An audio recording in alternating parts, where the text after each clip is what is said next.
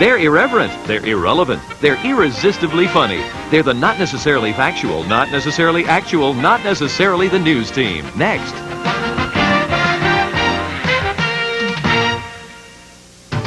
Nobody brings it home like HBO in '87. It's the year to watch. Surprise! For he's a jolly good fellow, for he's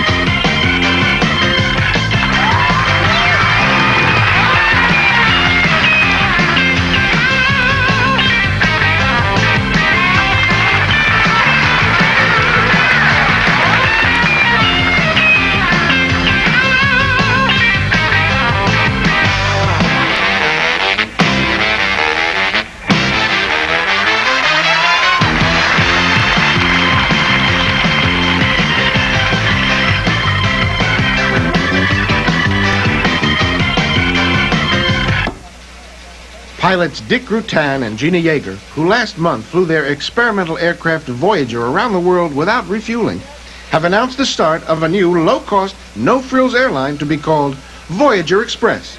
It will offer no movies, no meals, no baggage, no bathroom, no room to stand up, and no place to sit down.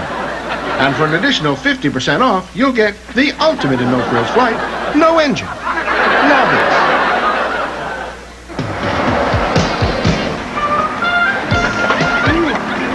They look good. They look great. At Murch's, we take fine breading and deep fry it the old-fashioned way to give you rectangular, deep-fried breaded objects that taste sort of like food. There's nothing in here. There's something in mine, but I can't tell what it is. Something inside or nothing inside. Now Murch's fried pieces come two ways.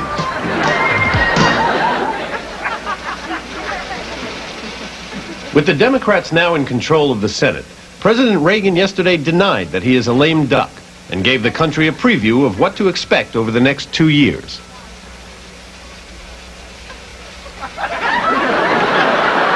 And in a surprise move, CBS has hired Pat Sajak to head up its troubled news division. What can we expect now from the Evening News with Dan Rather? Maybe a news quiz. You do a story and say, who is the National Security Advisor? And that would change, from week to week. And people would call in and guess and win some major appliances. And finally, Queen Elizabeth, in China for some sightseeing, got a bad scare when several of Emperor Qi Yin's 2,000-year-old terracotta soldiers briefly came to life. Now This date in comedy. 399 BC. Condemned to death for corrupting the youth of ancient Greece, Socrates drinks a cup of the poison hemlock.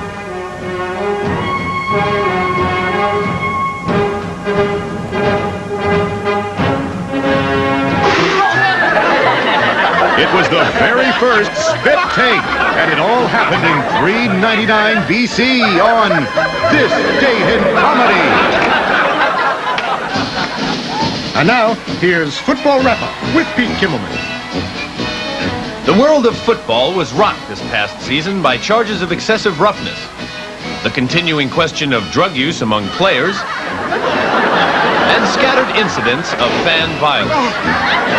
Nevertheless, we did get to see history's longest run down the sideline by a coach on this finely executed end sweep during the playoffs. Some new ways of getting the pigskin into the end zone, too much third-string quarterbacking, and some absolutely world-class dancing. So even though the past season didn't give us much to cheer about, as they say, there's always next year. I'm Pete Kimmelman. You want to try it? Nah, you try it. I want to try it. Let's give it to Schultzy. Yeah, Schultzy will try it.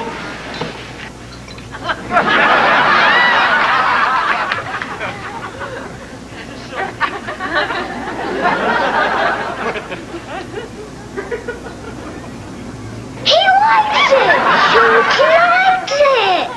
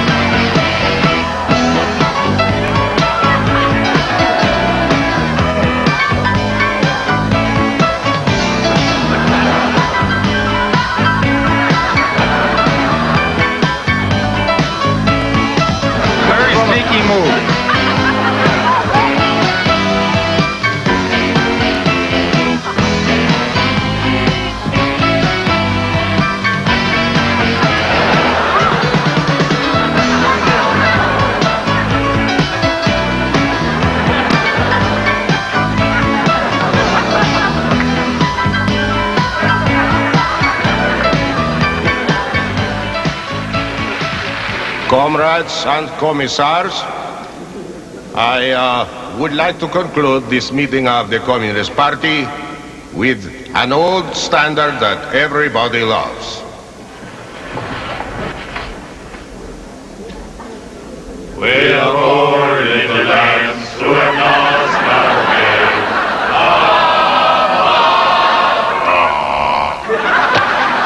And with us now is Phil Noir with another of his insightful reports. Well, what's it today, Phil?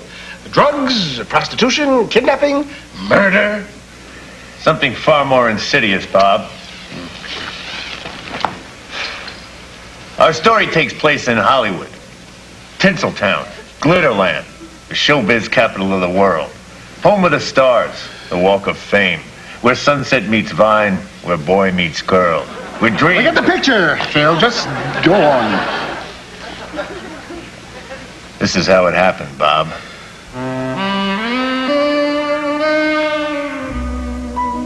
I was on the trail of some penny-ante, two-bit, not worth a nickel, small change producer who was shooting stag flicks on the sly on the studio back lot.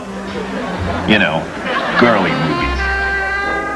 I was sweating bullets, spitting cotton and shaking like a leaf. Meaningless metaphors swam before my eyes as I imagined what was going on behind that door. What would I see?